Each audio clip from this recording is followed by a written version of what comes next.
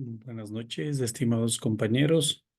En este momento voy a realizar la exposición del trabajo correspondiente a la asignatura de Fundamentos Pedagógicos de la Sociedad en Red.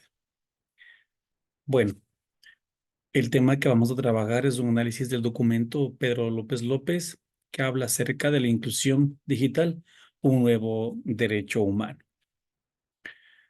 Es sumamente importante, pues, establecer una pequeña referencia desde la parte histórica de la inclusión digital como un nuevo derecho.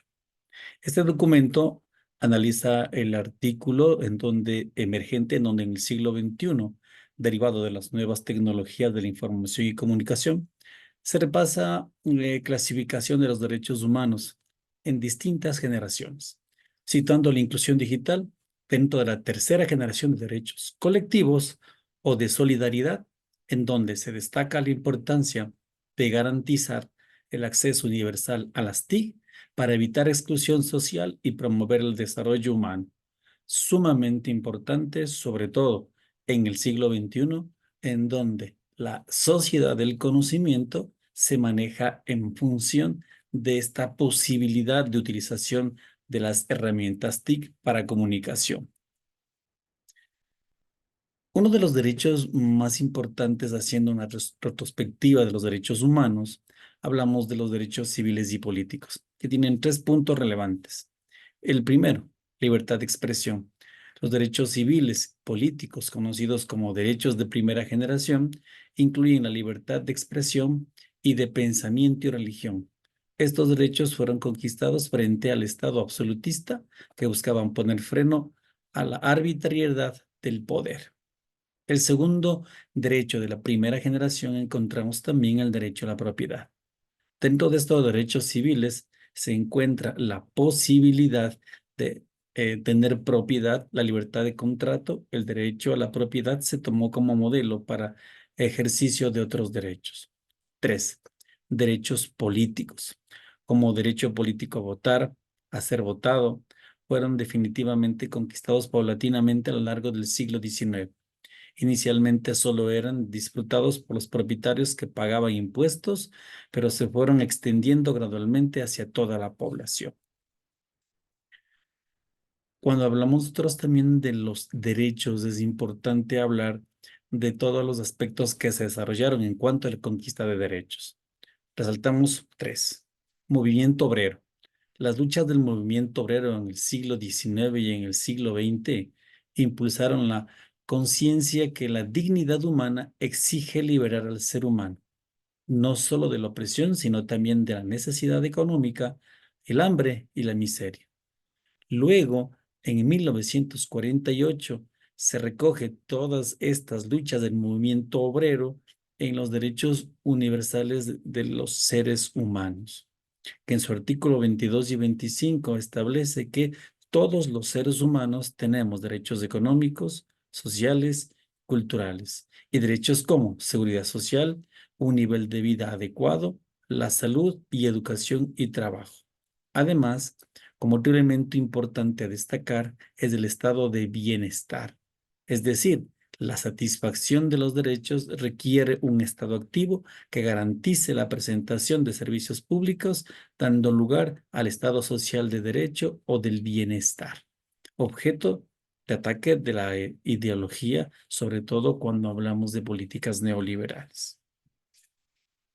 Fundamental también establecer los derechos a la solidaridad, divididos en tres aspectos. Uno, protección del ecosistema.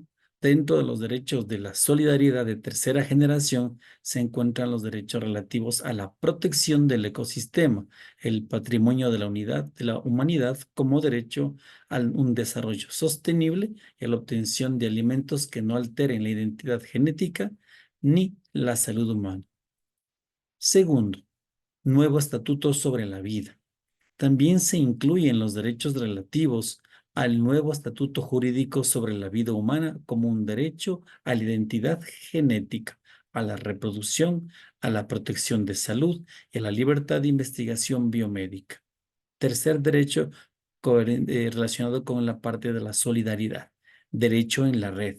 Los derechos derivados de las nuevas tecnologías de la información y la comunicación abarcan el derecho a la información, la privacidad en la red, a la propiedad intelectual, digital y los derechos informáticos. Es desde este punto en donde aparecen ya o se incluyen el derecho humano como la inclusión digital, con tres aspectos relevantes, creo yo. Uno, acceso a la información. La inclusión digital implica el derecho al acceso a la información de la relevancia para la humanidad y a los medios técnicos, comunicación pública y privados, evitando la exclusión social para acceder a esta información que actualmente nosotros la encontramos en la red. Derechos informáticos como segundo punto. También engloba los derechos informáticos como el derecho a conocer la identidad del emisor de la información en la red, a la privacidad y al honor en el entorno digital. Tercero, justicia social. La inclusión digital situada como un punto fundamental de la justicia social y los derechos humanos puede fomentar nuevos espacios para la tolerancia y la comprensión, contrarrestando la imposición de valores o creencias establecidas en el mundo digital. Ahora, los retos de la inclusión digital que se acabaron de mencionar son tres. Uno, la brecha digital. Uno de los principales obstáculos para la inclusión digital es la brecha digital que refleja las desigualdades sociales y económicas en el acceso al uso de las tecnologías. El segundo, la pobreza informativa. Otros retos incluyen la pobreza informativa, es decir, la censura, el uso político de las tecnologías, la desinformación y la manipulación de los medios de comunicación. Tercer punto importante, participación comunitaria. El éxito digital dependerá de la capacidad de involucrar a las comunidades de usuarios que crean servicios adaptados a sus necesidades para desarrollar herramientas colaborativas con participación del usuario. Es decir, se mira a una estructura mucho más incluyente como parte de la construcción de una identidad comunitaria desde la utilización de la red o desde la utilización de la inclusión digital como un medio que ahora corresponde a un derecho. Continuando con la exposición, hay que resaltar las iniciativas de la inclusión digital que se detallan en el documento, que son cuatro sumamente importantes desde mi perspectiva. El acceso a dispositivos, es decir, facilitar el acceso a dispositivos tecnológicos como computadoras portátiles y smartphones en comunidades desfavorecidas. Esto se puede lograr a través de la gestión con alianzas estratégicas con empresas que puedan desarrollar o que puedan prestar este servicio. La conectividad, importantísimo.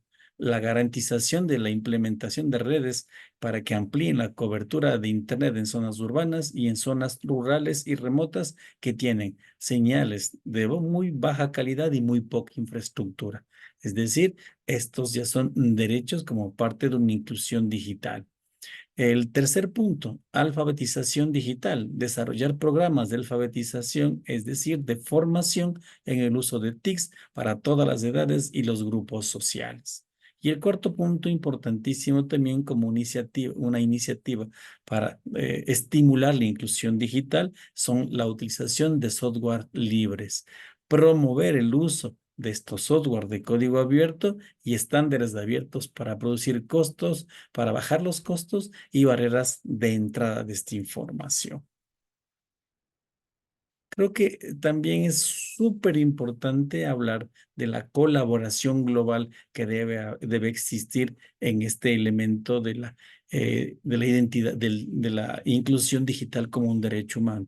Básicamente, cuatro aspectos importantes. Primero, el sector público debería desarrollar políticas y programas de inclusión digital a nivel gubernamental, garantizando el acceso equitativo a las TIC de todos los pobladores en este caso, del estado, del territorio en el cual están desarrollando su actividad. El sector privado deberá desarrollar inversión en infraestructura tecnológica, desarrollo de soluciones innovadoras y transferencia de conocimientos.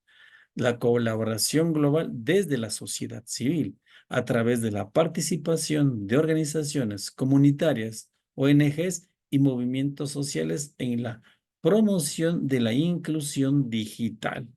Y el último elemento, la cooperación internacional, es decir, que sea una transversalidad con las tres anteriores, a través del establecimiento de alianzas estratégicas, acuerdos y cooperación entre países y organismos internacionales para abordar la brecha digital a nivel global y buscar alternativas que permitan hacer mucho más pequeña esta brecha digital. Ahora, también es muy importante establecer cuál es el impacto de la inclusión digital y de acuerdo al documento identifique cuatro. El primero, desarrollo humano. La inclusión digital contribuye al desarrollo humano al facilitar acceso a la información, la educación y oportunidades económicas, promoviendo de esta manera la igualdad y la justicia social. Es decir, que todos tengamos las mismas oportunidades de insertarnos en todo el ámbito de una sociedad del siglo XXI o sociedad del conocimiento. Segundo, empoderamiento comunitario. Empoderar a las comunidades al brindarles herramientas para expresarse, para participar en los procesos de toma de decisiones y defender sus derechos. El tercero, preservación cultural. Permite el impacto de esta inclusión digital, pues por supuesto, permite la, la difusión del patrimonio cultural, las tradiciones y los conocimientos ancestrales de las comunidades locales e indígenas, a través de la utilización de redes sociales que permitan conocer a nivel global cada uno de nuestros aspectos y características culturales. Y el siguiente, la innovación y progreso. El impacto positivo de la utilización de herramientas digitales o del acceso a la información en la red, por supuesto, fomenta la innovación, el progreso, al facilitar intercambio de ideas, colaboración y acceso al conocimiento a nivel global. Y a manera de conclusión de este documento de Pedro López López mencionaría que la inclusión digital es un derecho realmente humano emergente en este siglo XXI. Se deriva claramente de las nuevas tecnologías de la información y la comunicación. Ahora, su reconocimiento y promoción considero que son sumamente fundamentales para garantizar el acceso equitativo a la información, a la educación y a las oportunidades económicas, ya que la inclusión de este elemento como un derecho humano promueve el desarrollo, la justicia social y la preservación de la cultura. La realización de este derecho requiere la colaboración global de todos los sectores como se mencionaron, público, privado, sociedad civil y cooperación internacional, así como la implementación de políticas y programas que aborden los desafíos de la brecha digital, la pobreza informativa y la participación comunitaria. Estoy sumamente convencido que solo a través de un esfuerzo conjunto y sostenido podremos construir una sociedad verdaderamente inclusiva y aprovechar el potencial, el potencial que tiene la utilización de estas herramientas digitales, de las tecnologías de la información y comunicación. Estimados compañeros, esta sería mi exposición acerca del trabajo que nosotros o que yo desarrollé como parte de la actividad. Muchísimas gracias, estimados compañeros.